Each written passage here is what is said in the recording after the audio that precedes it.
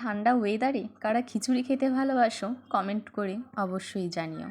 সকালে ঘুম থেকে উঠে দেখছি যে বাইরে বৃষ্টি পড়ছে আর রাস্তায় কিন্তু অনেক জল জমেছে। তখনই দিদিকে বললাম, আজকে তো খিচুড়ি রান্না করতে পারতি রে। তো দিদি বলছে যে অলরেডি রান্না হয়ে গেছে। তো তারপরেই দিদিকে অনেকক্ষণ থেকে বলছি যে বিকেলে তাহলে একটু খিচুড়ি কর। তো দিদি বলল যে ঠিক আছে, তাহলে তুই তো অনেক গাছ লাগিয়েছিস, পুঁই শাক গাছ, তাহলে যা পুঁই শাক নিয়ে আয়। আমি কিন্তু ব্যাগ নিয়েই এই জলের মধ্যেই নেমে গেলাম তোমার পুঁই শাক আনতে। তারপর আমি চলে এসেছি পুঁই শাক নিতে। তো দেখলাম গাছের নিচে আমাদের একটা আম পড়ে আছে, আমটাকেও আগে ফার্স্টে নিয়ে নিলাম। চলে গেলাম ঘরের পেছনে, তখন আমি পুঁই শাকটা কাটছিলাম বলে আমি ভিডিওটা করতে পারিনি। তো পুঁই শাকটা আমি নেওয়ার পরে যখন বাইরে চলে আসলাম তখন কিন্তু দেখো এই আমটা কিন্তু তখন পড়েছিল না। যখন আমি ফার্স্ট একটা আম পেলাম যখন ঢুকছিলাম, তারপরে যখন আমি ঘরের পেছনে যখন পুঁই শাকটা কাটছিলাম তখন কিন্তু হাওয়া দিচ্ছিল আর তখনই আমটা পড়েছে। পুঁই শাকটা নিয়ে বাড়িতে চলে আসার পরে দিদিকে দিলাম, দেখলাম দিদি সবজিগুলো কেটে ফেলেছে।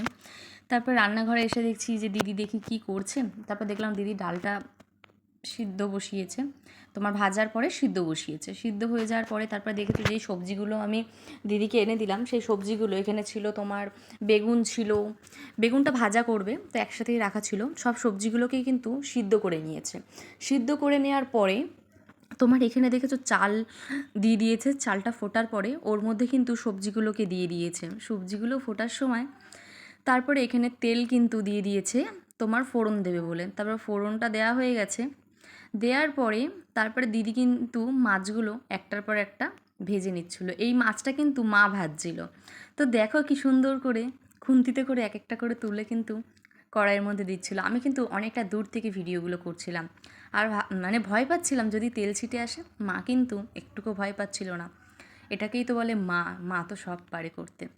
আমি ভয় পাচ্ছি, মা কিন্তু সামনে দাঁড়িয়ে মাছগুলোকে ভেজে যাচ্ছে। তো কিছুটা মাছ ভাজা হয়ে গেছে, আবার কিন্তু মা মাছ দিয়ে দিচ্ছে কড়াইতে। আমার কিন্তু দেখতে দারুণ লাগছিল। যাই হোক, তারপরে এখানে কিন্তু দিদি খিচুড়িগুলো হয়ে গেছে। খিচুড়িটা হয়ে যাওয়ার পরে দিদি কিন্তু গামলার মধ্যে ঠান্ডা হতে দিচ্ছে, সবাইকে খেতে দেবে।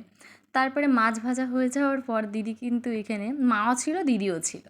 তারপর মা কিন্তু বেগুনগুলো ভাজছিল, এখানে দুটো থালাতে বেড়ে নিয়েছে। আমার খেতে মন চাচ্ছিল, আমি কিন্তু আর লোভ সামলাতে পারছিলাম না, আমি কিন্তু বাটিতে করে নিয়ে নিলাম। তারপরে খেতে চলে আসলাম। তারপর দেখো থালার মধ্যে কি সুন্দর করে বাড়ছে।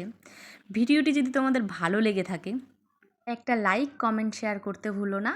আর দেখা হচ্ছে পরের ব্লগে। আর খিচুড়ি খেতে কারা কারা ভালোবাসো কমেন্ট করে অবশ্যই জানিও কিন্তু।